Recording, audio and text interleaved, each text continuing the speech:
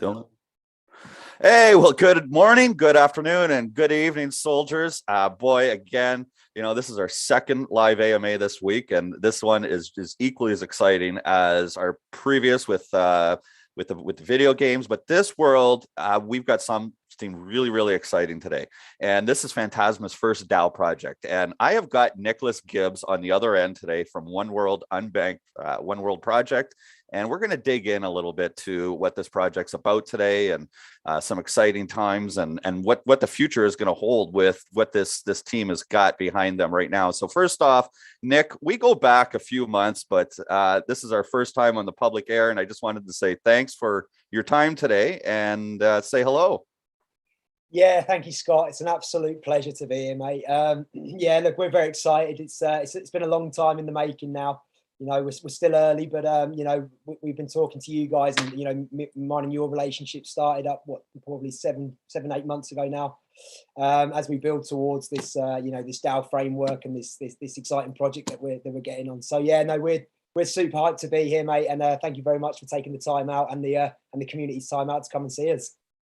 Yeah, it really is. Sometimes I got to think back that we have known each other for 8 months. And, I think that that's a really good story to possibly start off with. And, these typical AMAs, we spend a little bit of time just starting to get to understand the people behind the project and some of their motivations and visions and those elements. And then we'll start to dig into the project a little bit more. There's definitely a lot of questions, but so like you're right, it was about 8 months ago. It was at the end of last summer, and we started to communicate, you and I, and at that point in time it was just you, and you just had a vision. And I was thinking about it this morning, Nick, and I've told this story to my friends and family because I'm inspired by you. And I thought I would just take a moment and share this story as well with our community. And I'll never forget, walking around and pacing in my house is about 4 or 5 o'clock at night, and 10 or 11 o'clock at night for you. And you're wearing this orange jumpsuit, and you're in the middle of the ocean, and you're walking around on these big rigs that are there for wind energy. And I'm thinking to myself, like, I'm in blockchain, who am I speaking to? And then the more I learn about you, that's your career, and that you're an engineer, and you're the boss out there, and you're there out there to fix things. And I'm like, holy cow, this is an interesting dude. And at the time your wife was pregnant, and I'm thinking, like, all right, this is a cool story. And start to fast forward over those 8 months and starting to get to know you. And you had an idea, and we hear ideas all the time in blockchain. It's everybody has got an idea, just like, well, I'm not going to say that on the air, but the old expression, everybody's got one of these. And but the execution is absolutely everything. It's paramount. It's what distinguishes the true leaders from the talkers. And we know that there's a lot of those talkers in the crypto space. And so it didn't take long for you to start to roll up your sleeves and get to work and take this vision of this idea. And I was inspired by this idea, being a small business serial entrepreneur myself. I've built 4 businesses in the United States and exited them. And, now my career is blockchain. It's the future, because it's really just software that solves problems. And that's what your idea did. And it really touched my heart, because with this story, I say, well, because my partner is got a salon in a very nice area of Chicagoland. And I see how your project is going to change how people will even get their haircuts. And, it could facilitate the small business owner around the world. And I'm a Canadian living in America. I've had businesses. I've lived the American dream of being an entrepreneur. There's something to it. And you, my friend, are creating something that is going to empower these people. These are my people, the visionaries that are the executors, that do roll up their sleeves and go and do it. And so over these 8 months, I've seen you take your idea and build your white paper, which is called the world paper, and the website, but more importantly, the team. And we're going to learn a little bit about your team that you've built over the last 8 months with several different team members that get behind you and your vision. And soldiers have heard me say it before, a true leader has one thing in common, and that's being a visionary. So having to set that stage over the last eight months, not only have you executed your vision and begun to execute it, begun to build different relationships and partnerships we're going to talk about today, you've also had a baby, and that baby is few weeks old, and so you're a father, and just one hell of an inspirational man. So having said that, Nick, I am very excited for today, and I'm very excited to learn more about what your project can do. So it's a fun story to see that journey. And having said that, that's where we are here today. We made the announcement yesterday, and I think let's turn the mic time over to you, because this is about you, and maybe learning a little bit about your history, your career, and a little bit about your family life, and then we'll transition into how the idea started to formulate in your pathway to create this team and this vision. So. Well, yeah, I mean, like you say, Scott, it's been a wild year. You know, we're really grinding now. The team's certainly coming together. But you know, as you said, when we first met, I was doing my electrical engineering in my legacy career. You know, I'm a 22-year electrical engineer. I started straight from school with the Royal Navy. I went to the Royal Navy at 16, and I started to study engineering, weapons engineering, missile systems, and other vessel-borne electrical engineering parts. Wild. It's weapons engineering systems, basically. So, you know, I went on from that then to carry on, you know, for nearly 23 years in electrical engineering on renewable energy projects globally. You know, doing energy from waste conversion, where we take your landfill rubbish and convert it to steam power. We did the world's longest power consumption projects with connecting Europe up from Holland to UK to France, you know, UK to Wales, Wales to Scotland. So you know, I've worked in electrical engineering for a hell of a long time, and it's, you know, it's been my life's blood for 22 years. But what I found from like electrical engineering systems and now what we find within the crypto space is that so many of those systems and so many of the structures can overlap, but in a way that gives back to community and gives back to people. So I mean, the idea behind, you know, where the project idea came from, I suppose, if that's where we're starting, is one in the belief that the traditional systems are outdated, and they've become outdated at this stage. You know, they're inefficient. Financial systems you're referring to? Financial systems, yeah, they're very unbalanced. You know, they don't look to support the little people, you know, or whether they do support the little people, it's generally in capital only and not in actual, you know, genuine support that's needed. You know, like even the support that we've managed to receive from Phantasma, you know, you have a belief in our project. You know, we've done away and done the hard yards to get you to believe in the concept and the team. But that's a level of support and a level of conviction that it helps us as well as it helps you guys, you know. So we just feel that there's many imbalances in the system, and that you know, this is the time for innovation. It's the time for change. We fundamentally believe that. And yeah, I mean, looking at our team, Scott, you know, it wasn't planned like this, but it's sort of, you know, the Web3 space is very collaborative in nature. You know, we've ended up with an international team that spans from Canada to South America and Brazil. We've got guys out on the East Coast. We've got guys in Central. We've got two members of our team, South Africa. We've got 2 members in India. We've also got members out in Australia and New Zealand. So we are, and obviously myself down in London. So I mean, we are a truly international project at this stage, you know, with and collaborating from every corner of the planet. So, and that's what Web3 brings, you know, for us. It's the ability to be able to collaborate, the ability to be able to overcome these real world challenges that we're seeing. And like I say, in terms of how the current infrastructure is set up for people, it's kind of set up for failure. There may be capital there that can be regained if you fail. Fine, that's a win-win for the banks, but it's not a win for people. It's not a win for communities, and it's not a win for, and it's not, you know. So we really believe in the power of community and what that can bring to the world. Yeah, sure. That's fascinating, and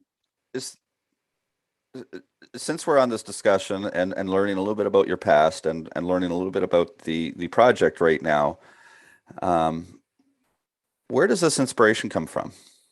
And where's that crossover that you spend 22 years as an engineer and work in Navy and weapons and now start to think about the financial systems and being able to create an ambitious project to help finance small business owners? Like I mean, there's a myriad of reasons, but I can really sort of, I know when I try and pin it down for myself where the center of this comes.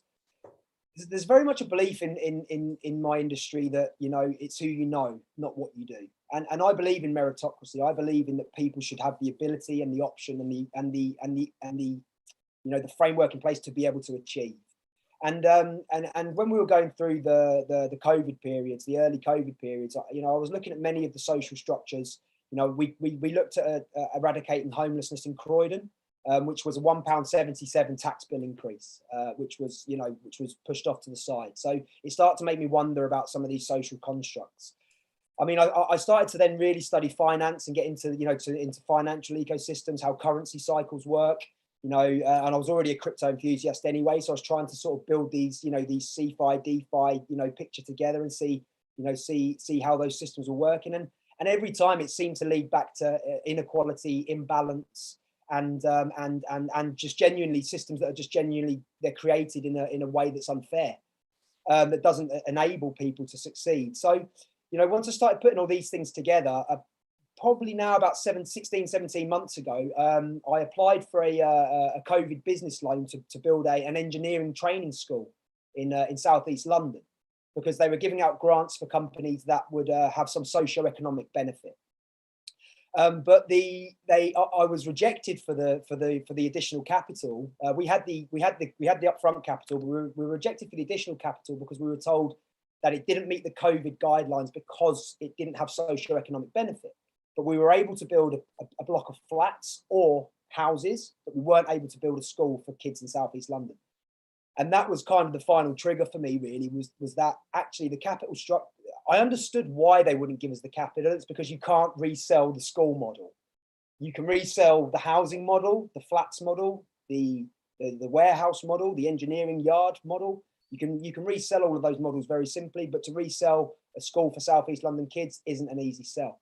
So that kind of really then lit the fire inside me, which was that, actually systems are unfair. And if I couldn't get access to capital as a 22-year Royal Navy engineer, that's without debt, the rest of it, and I had capital already to put up front, I started to really think, well, how are other people surviving, and how are other projects able to grow? How are we going to see this growth?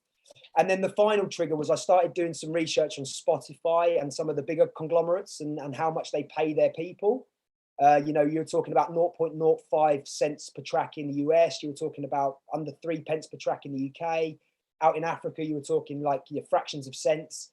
And then it started to dawn on me how just the conglomerate system and the conglomerate framework is just outdated, and that communities, when they come together with a shared purpose and vision, can just do far more together. So that's when I found I moved on into the NFT space then, and found that really solidified community that wants to see change and wants better. And that's kind of where the motivation came from, Scott. Yeah. Wow, that's interesting. So I mean, you had several different paths going on at different times. Of course, you had your personal life, you had your career life, and you had this visionary life, and then of course there was just crypto. And if I remember correctly, you were introduced to crypto in 2018, and also became an investor and speculator. So you were learning that world in a different way. And at some point in time, this vision and that crypto world, the light bulb moment went on and went, oh boy, this layer of NFTs, I can create something. And so these events all came together at once. Yeah. And your idea was born. Yeah. And like I say, it was all merging together at once. But when I think the final thing we saw, because I was studying finance a lot as well, and I was studying, trying to understand how, how the big financial institutions work. And what you see when you start to go down that rabbit hole is that it's just unbelievably skewed for one side to win. And as those feelings all started to come together, and then we understood the power of NFT and the power of legal smart contract, in terms of even like the UK Judiciary Task Force already have come out and said that legal smart contracts are within the legal framework of the UK Judiciary Task Force. So when you start to realize that actually from an engineering perspective, these systems can enable human growth and community growth, well, then that's kind of where the beauty that's where the whole thing changed at that stage, and it became very much a passion to achieve something then inside the space. So before that, it was very much like you say, it was speculation, it was trading, it was the kind of like almost the fun side of crypto, whereas as we move now, it's very much more about the purpose. And it's like you start to define what an inventor is or an entrepreneur is, and really at the end of the day is just individuals that are solving a problem. And the difference between an entrepreneur and an inventor, in a sense, is that the entrepreneur has that financial layer to be able to profit from it. And if there's one thing I've learned, like I had a course where I taught, small businesses and how to have an internet marketing agency, and, they can buy this online, blah, blah, blah, blah, blah, blah. And, there's certain things that were just fundamentals of, having certain systems and processes in place, and, just teaching the basic fundamentals of small business. But one thing I learned is that there's different motivations as to why people go into business. And for me, what I really enjoyed being a young father at the time was the freedom, and the freedom that I can choose what I wanted to do, when I wanted to do it, and not be confined by the corporate structure. And that to me was extremely important. And I gave up a lot of stuff in the corporate world to be able to have that freedom, but that was the paramount of it. And then there became a point in time in terms of taking my business and scalability, where, we hit a 500, $500,000 a year in revenue. I had 5-6 people working in the office with my agency, and realized I was no longer doing what I had signed up to do. I'm now doing a lot of other things, and it's taking a lot more of my time and doing things I don't want to be doing. And completely changed that business, scaled it back where I was getting more but less responsibilities with others. The point where I'm going with this is the motivations of small business owners are driven by a variety of different factors, and inevitably a big factor is potential profit. But not all entrepreneurs or inventors are motivated by profit at all. They have a motivation to solve an issue, and that's everything that I'm hearing you talk about with your motivation of how these worlds have come together. Is that something you feel you agree with? Because you don't know what your market's going to look like. Yeah, no, I totally do, Scott, and I think you're 100% right. Of course, the motivations come from all angles, and actually you touched on one that I didn't mention. There is, I have a young family. My son, our most recent son is, so that's our third child. I have a daughter, Alicia. She's 16, soon to be 17. We have our younger son, Nico, and then Alex has just been born 12 weeks ago. So we have a young, growing family as well. And, I spent 17, 18 years at sea. I traveled to 63 countries. I worked in 63. No, I didn't work in 63. I probably worked in maybe 20, 25 countries globally, from Japan, Australia, Singapore, Indonesia, Oman, Saudi Arabia, Dubai, really all over the world, Norway, Sweden, Germany, Italy. The list goes on. But the point is, I've worked away a hell of a lot of my life in my passion, which was renewable engineering. I'm a man of the sea. I'm a Piscean.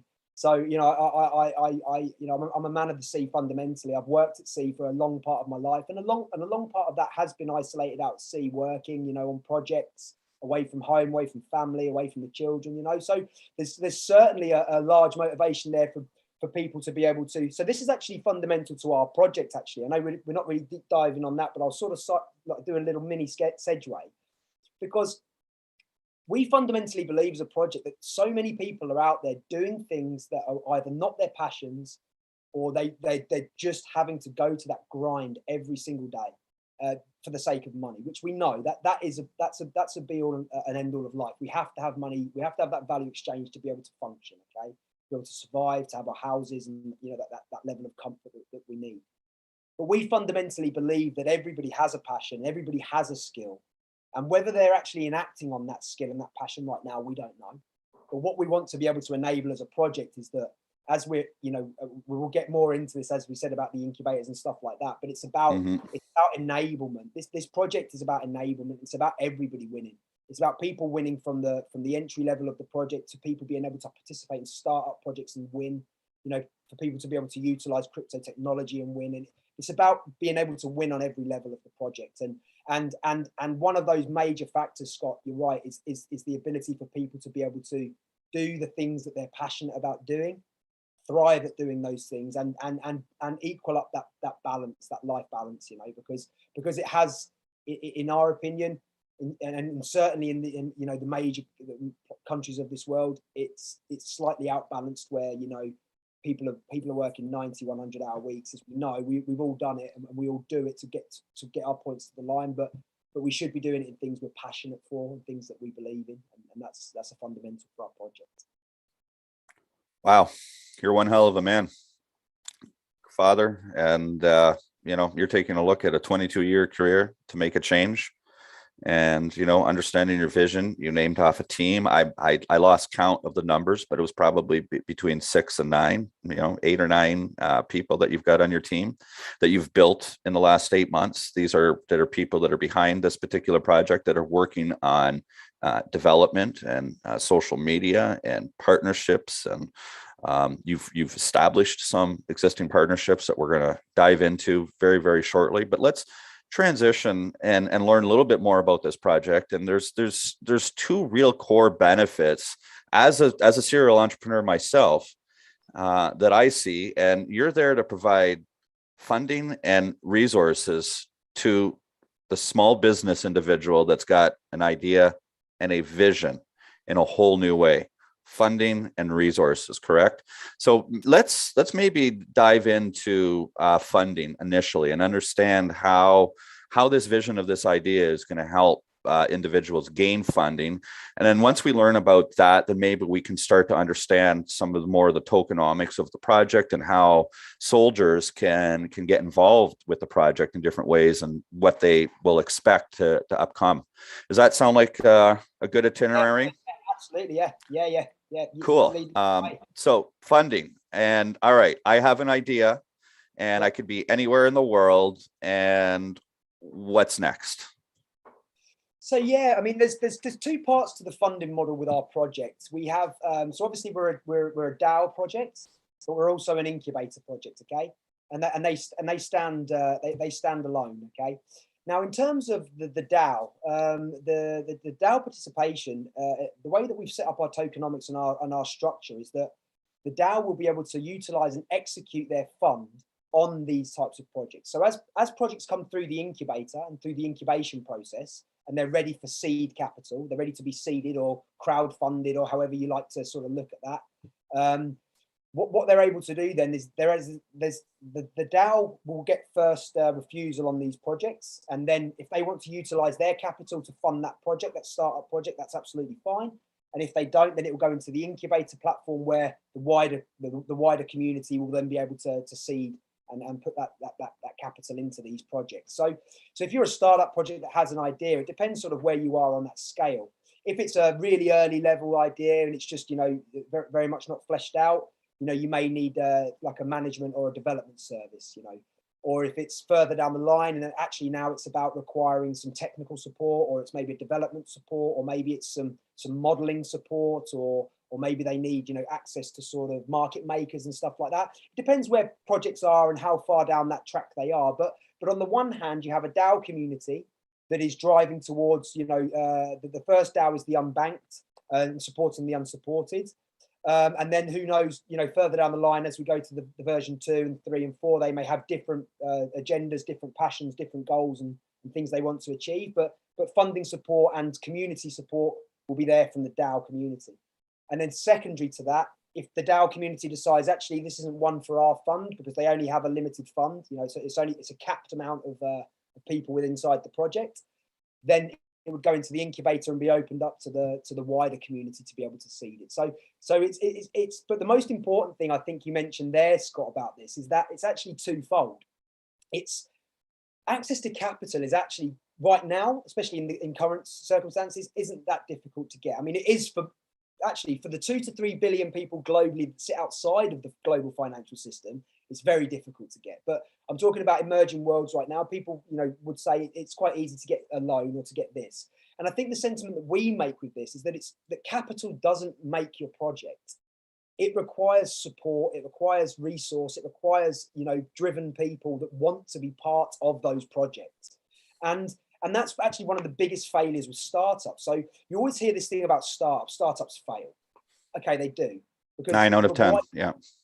Yeah. So, but why do startups fail? Is it capital? Sometimes it can be.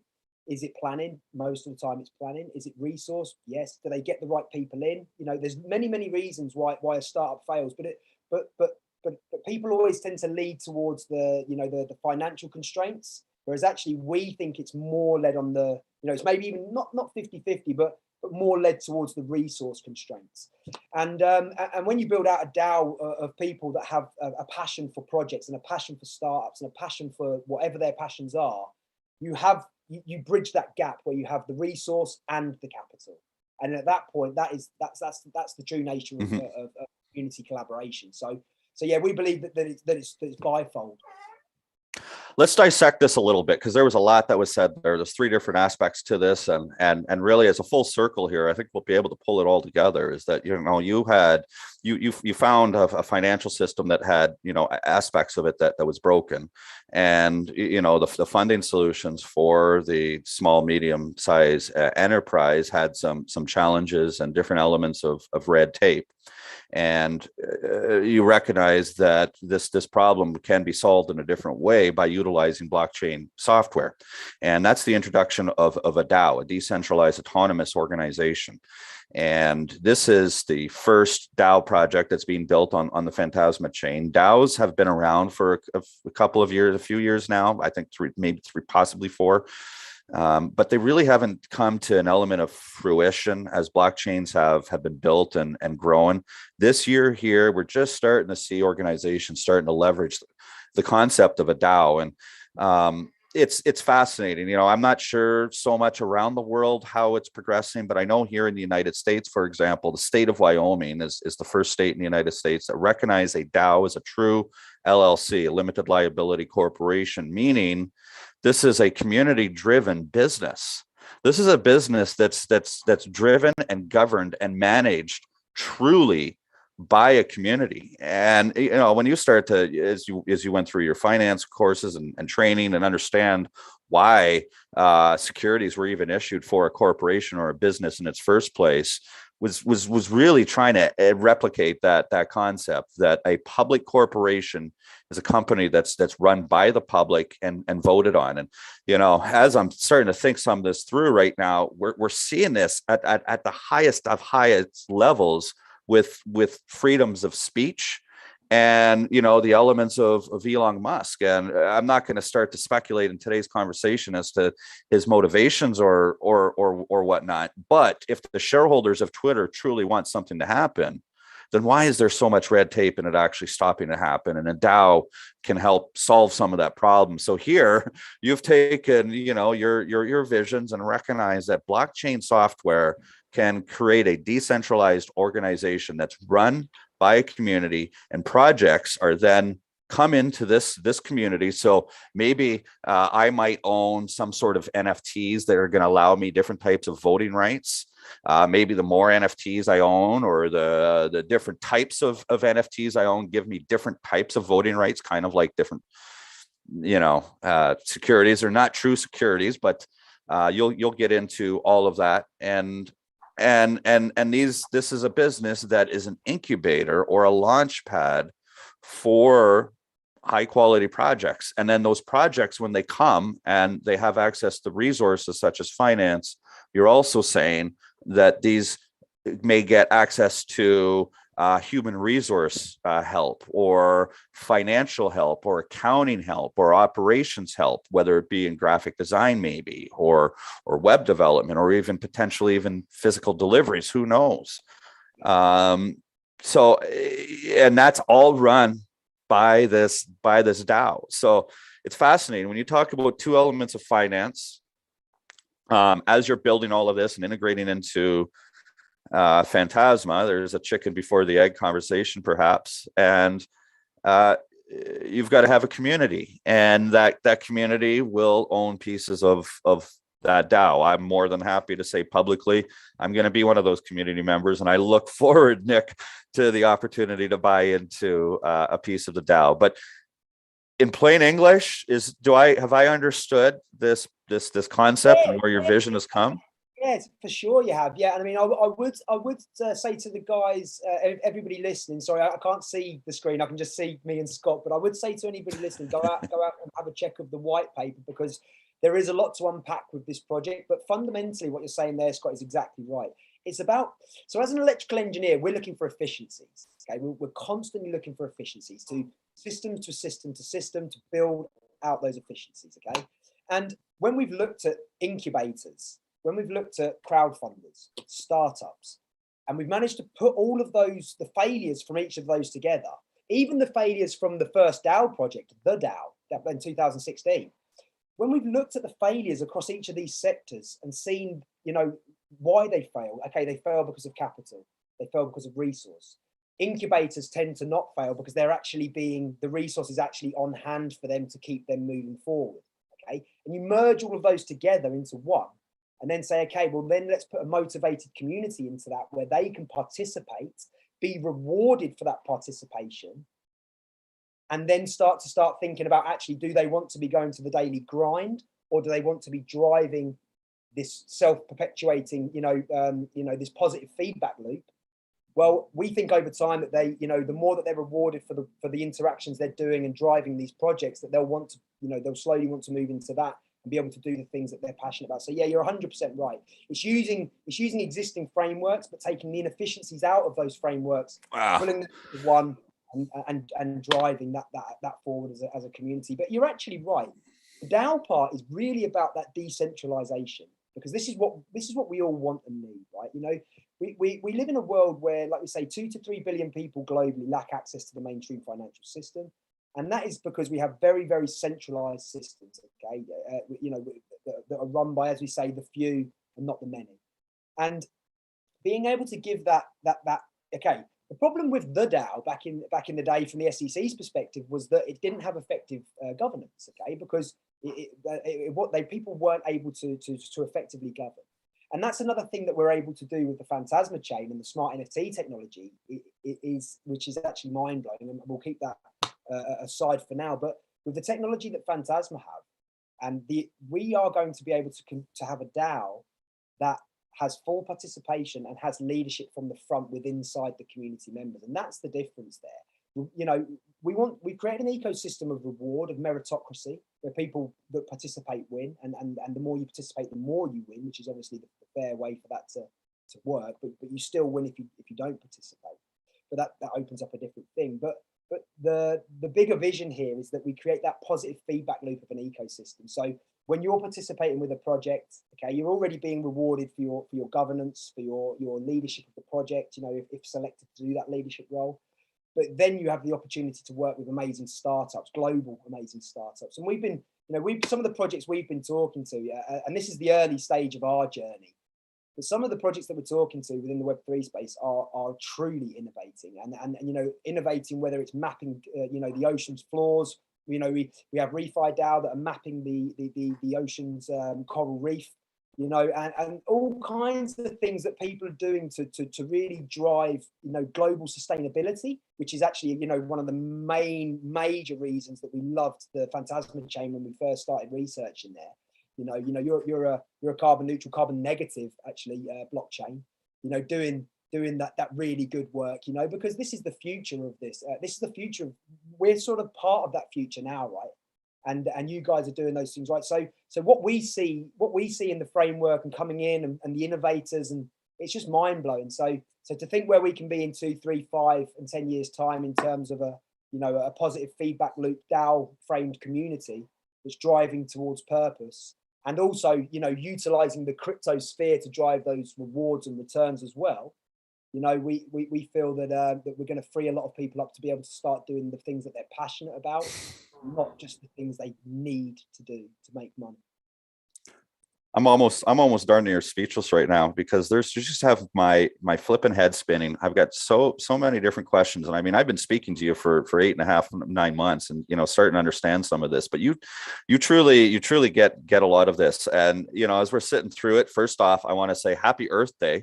You know, today, April 22nd, is National Earth Day, and in recognition of helping to save our planet. And it just happened to be the ironic aspect today. We are having this conversation. And yes, Phantasma is a carbon negative blockchain. It's something we're very proud of. And, you know, we understand that this technology has a way to run and operate without hurting the planet. And it's beautiful to see that. But on the other side of it, you know, you've got my excitement going here, just as whether it be a crypto enthusiast myself or a serial entrepreneur, there's an element of gamification that I feel like that you're describing here. And you know, maybe that's a little tip of the hat to the Phantasma chain of how great we are for video games. But not that this is a game, but I can feel an element of gamification, where if I wanted to throw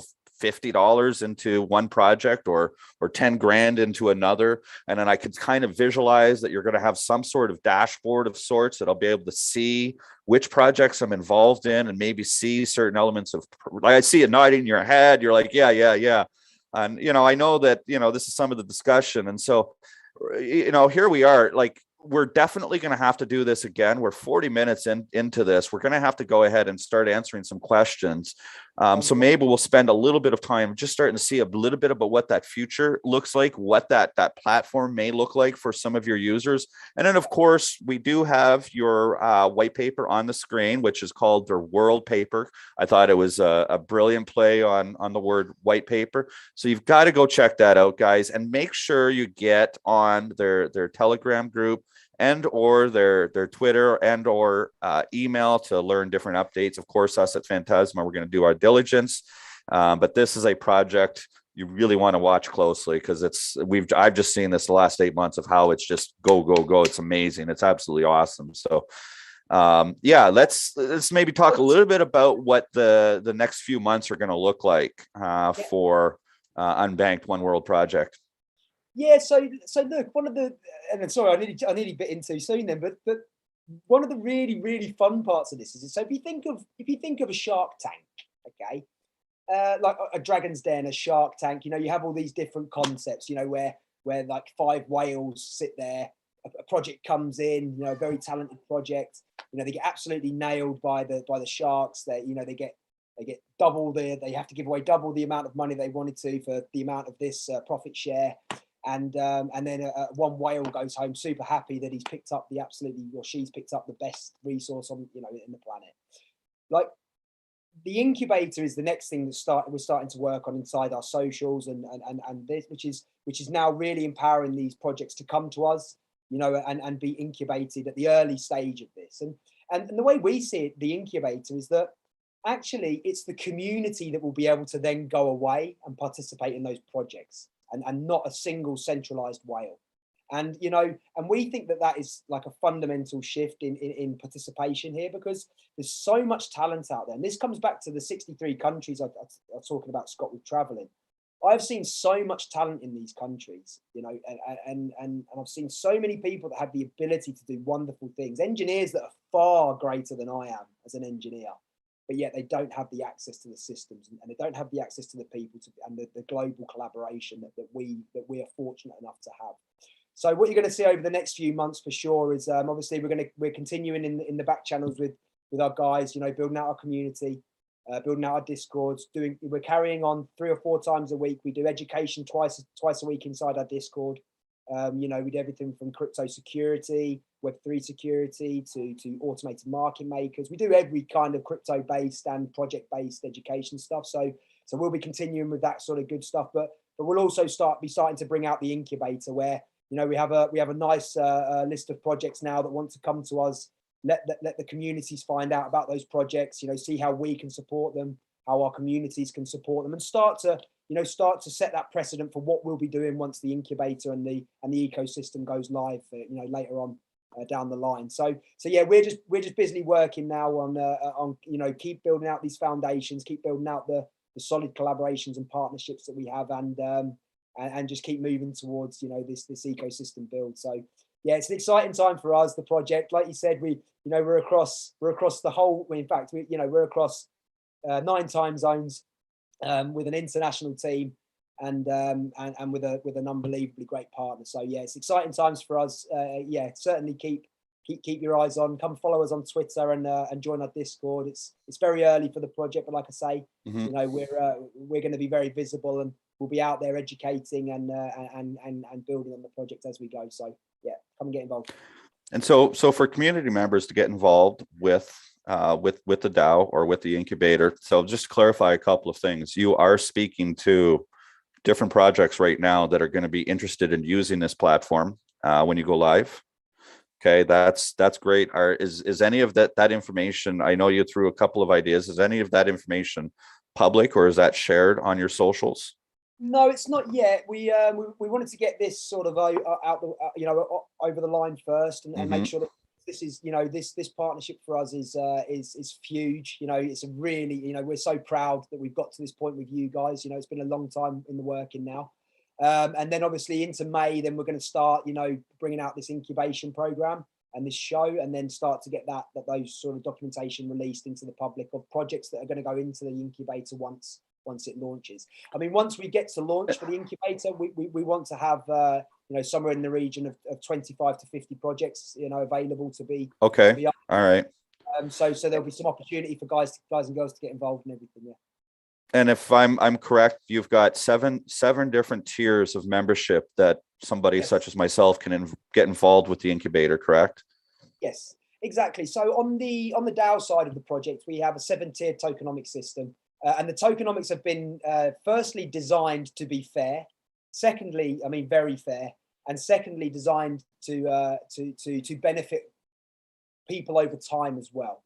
So yeah, we have a 7-tier tokenomics. The governance inside the tokenomics for the DAO is a 1-to-1 vote. Okay, but the reason for that is because we don't want governance to get in the way of financial ability. So some people have a lot more access to capital, but we don't believe that should be the overriding function for the access to governance. So we have a 7-tiered tokenomic structure, like I said, from the entry level right the way through to the top tier tokenomic. And then the reward structures start off higher rewards at the higher entries. But then what happens over time with the ecosystem, and this is the modeling that we can't wait to show you guys, is that over a long period of time, what happens is that they start to equalize, and the rewards start to fare out. But that's over a long roadmap, when, you know, because obviously it is fair for the people that put more in to receive more of that reward. But this is a meritocracy, you know, so there's many ways actually to participate, and there's many ways to achieve more reward from the project. Okay, whether that's supporting an incubation project, whether it's governing, you know, there'll be many ways inside to participate. But yeah, at the fundamental level, it's a 7-tier tokenomic structure. And the numbers on those will be getting released very shortly. I mean, that's just gone. It's been through a modelling system to bring that to life. I'm not sure if we'll talk about that now, but it's gone through a very cool little modelling system, so you can see the tokenomics from you know, like an engineer's spreadsheet, which nobody likes to look at, and you can actually see that coming to life, and how that money flows around the ecosystem, and how it works. So that's quite an interesting one to come as well, Scott. There's a couple of areas that I just wanted to probe in a little bit further, and absolutely, you know, centered around tokenomics. We don't have the visuals today, and, you know, these are some of the things that, you know, we're definitely going to want to start providing some further education.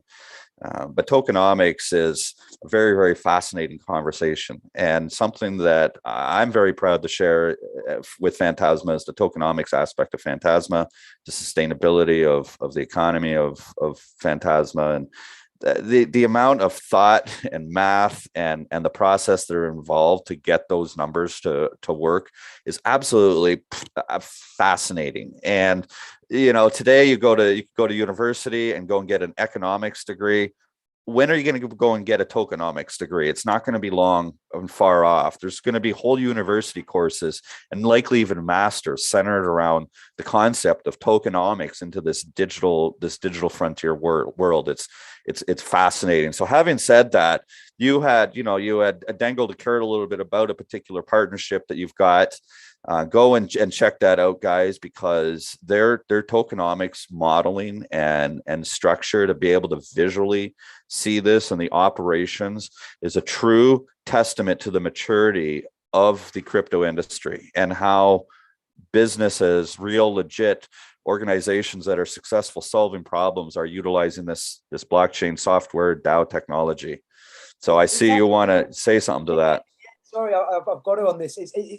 We feel that this can really fundamentally change a lot about how the existing systems are structured, because what we're trying to provide is security and safety for the people that participate. Okay, whether it's the floor mechanisms that we talked about with Matt, whether it's these really cool mechanisms that we can use because of your smart NFT that protect our communities. And what we've been privy to over this last year, actually it's more like 16 months now, is that the projects have come out and their tokenomics don't work, okay, because they're not either tokenomic experts or they've had those tokenomics audited, okay. So what happens is that reward structures outstrip yields, and then all of a sudden you're in a sell pressure situation where your token's going to zero, then it's FUD, then it's game over, okay. And we're seeing this over and over and over again. And what you said there, Scott, is actually really right.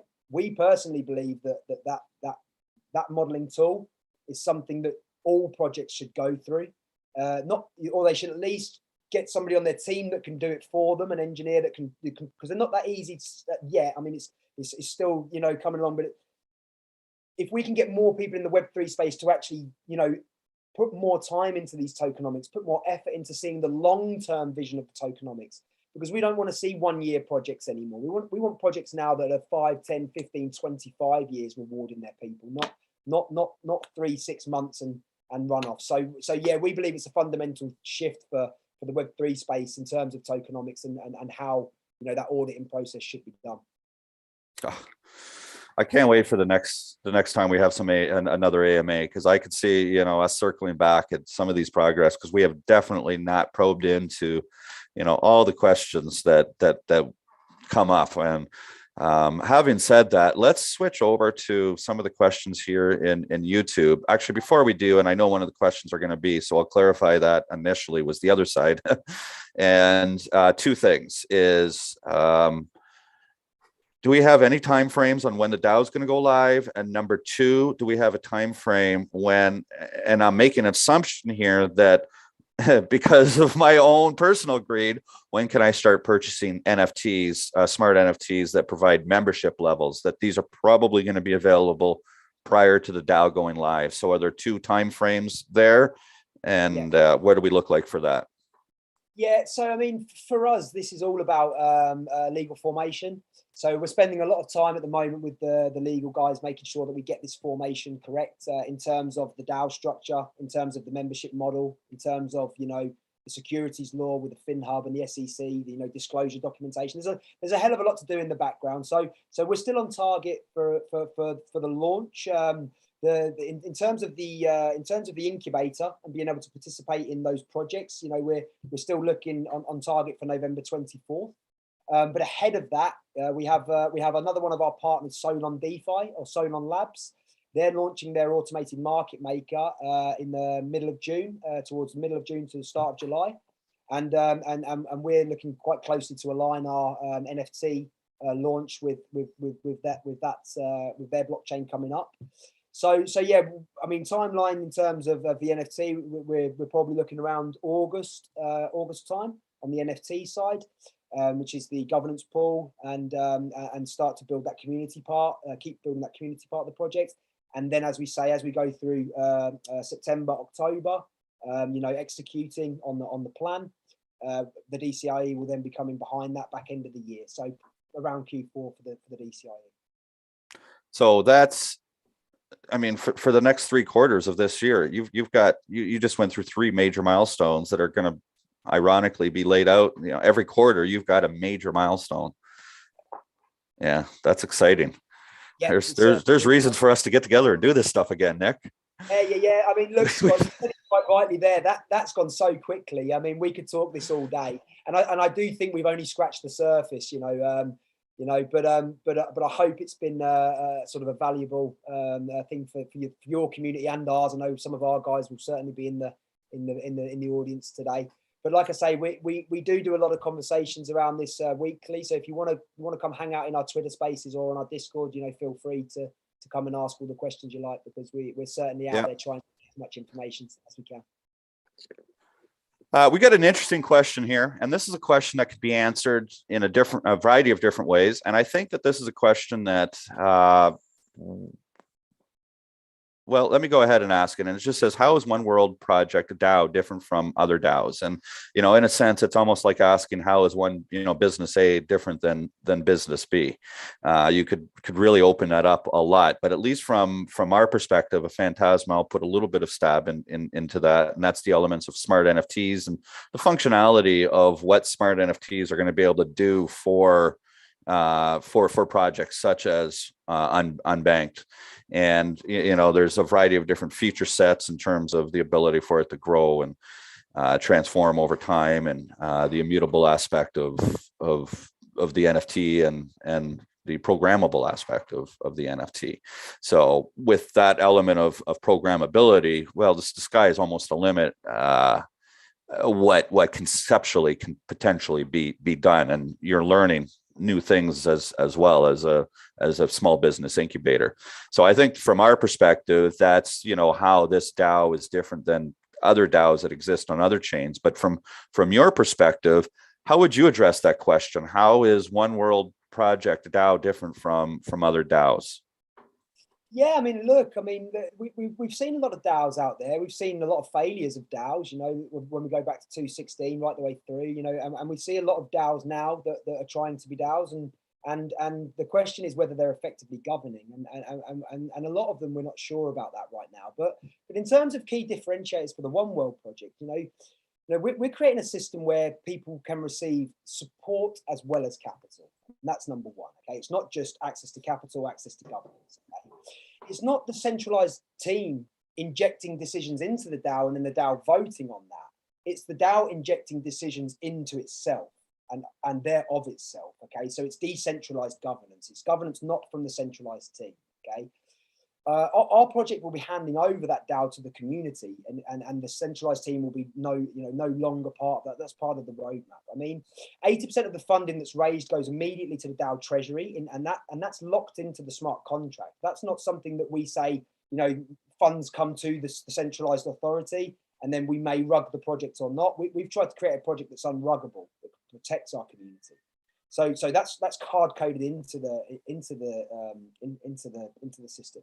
100% of the proceeds that are generated from yields, from staking nodes, from node infrastructure, from a data center planning we have in Q4, Q5, which we haven't even touched on. It's not yet on our roadmap, so that's a little bit of extra alpha from part of my history as an electrical engineer and Microsoft data centers.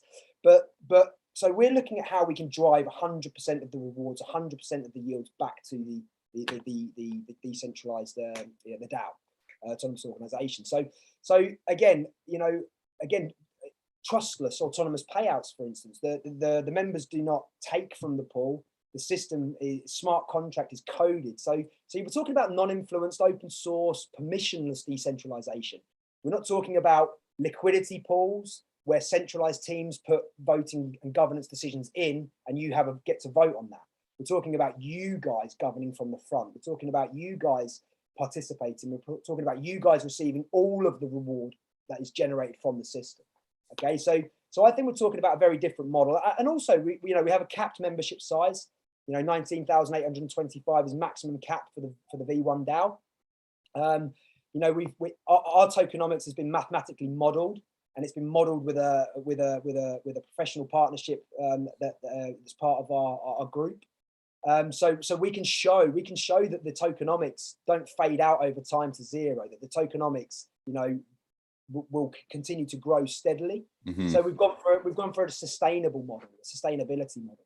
So I mean, I think there's many reasons why we are fundamentally different, but I think what we're trying to do here, like I say, if we just wind it all the way back to the very beginning, is we're trying to empower.